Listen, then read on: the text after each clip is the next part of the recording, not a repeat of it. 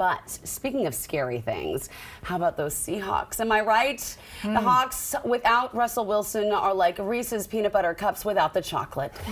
Our friend Terry Holloman broke down Monday's game with former Seahawk Cliff Averill. Hey, Cliff, don't be concerned, man. I'm not a giant rabbit.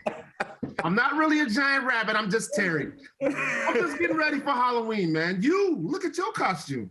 Hey man, this is obviously original. I don't really celebrate Halloween, but for this show, I was like, all right, I'm gonna do something different. But this is the first time I've actually put this helmet on since I've retired. And man, this thing is heavy. Your neck's not used to carrying that weight anymore, right? No, and on top of that, my neck is, a little thinner because I ain't diesel no more. So yeah, that thing is a lot heavier than I remember. Well, let's talk about the actual Seahawks, the guys that are playing right now. And, we had a sad night last Monday, but let's start off on a positive note. Geno Smith started the game with a long 84-yard pass to DK Metcalf right out the gate. But the offense stalled after that. Big time. So what happened? What happened to the Seahawks offense? Yeah, it's crazy because I was watching the game. I was watching with Cam and Cam Chancellor and Big Walter Jones. And I was like, man, this feels familiar because we had a play like that. I don't know if it was last week or the week before where DK came out. We scored first drive. I'm like, I hope it's not the same results as we see. It was very similar. And I think the problem more so than anything was we couldn't throw the ball anymore. The running game, we couldn't get that established. The running game keeps everything balanced. And especially when you have your backup quarterback in there, you need to be able to establish that so he can play a little more freely and get the ball downfield, because once it was third down, once it was passing downs, them boys was pinning their ears back and going. I mean, they had 5 sacks in that game. It's hard, any quarterback, to get sacked that many times to be productive. Yeah, those guys, I think they had 8 sacks total for the season. Oh, wow. And then they ended up having 5 versus the Seahawks on Monday night.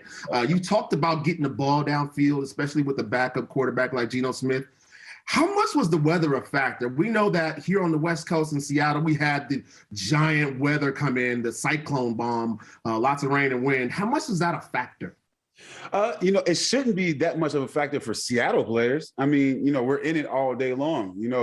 That was never an excuse that we could use, at least when we played, as far as for why we couldn't be productive. Everybody was still throwing the ball around a little bit. Now, on a couple of those kicks and some of the deep throws, it affects that, of course. On the field goal, I watched it. On the field goal, it felt like the wind, blew it one way or the other. So that does play a role. But as far as for quick passes and running game, that's not an excuse for why you can't accomplish those things. Now, flipping from the offense and the special teams to talking about the defense. Now, these guys have been getting a brunt of the criticism all season long. They've been historically bad for this season. But against the Saints, they played well enough to win the game for the Seahawks, but they were out there a lot. Talk about what that does to a defense, a defensive guy, a defensive unit, when they're having to be on the field as much as this unit was on Monday night. It's tough. It puts a lot of stress, obviously, on the players. Typically, as a defense, you don't want your guys playing more than 65, 70 plays. It's just tough when you're constantly out there not being able to get off the field. They played well on third down, but getting to third down was kind of hard for those guys. So, but collectively, at the end of the day, honestly, I'm not for excuses. If you got to play 120 snaps, guess what? You got to go ball all 120 snaps. You got to make plays. And then on top of that, with all the reps, there were no turnovers. And I think that's been the biggest thing. We're used to seeing turnovers. We're used to the offense getting 1 or 2 extra possessions. And I think that was more of a issue than the actual play count. 1-5 Jaguars are coming to town this Sunday. However, they're fresh off a bye week, just as the Saints were this past week. How much does that bye week matter? It depends on the maturity of your team. For a mature team, the bye week is just great to be able to heal back up, recover, and we're taking off. It's the beginning of the season. We're about to crush it the rest of the season.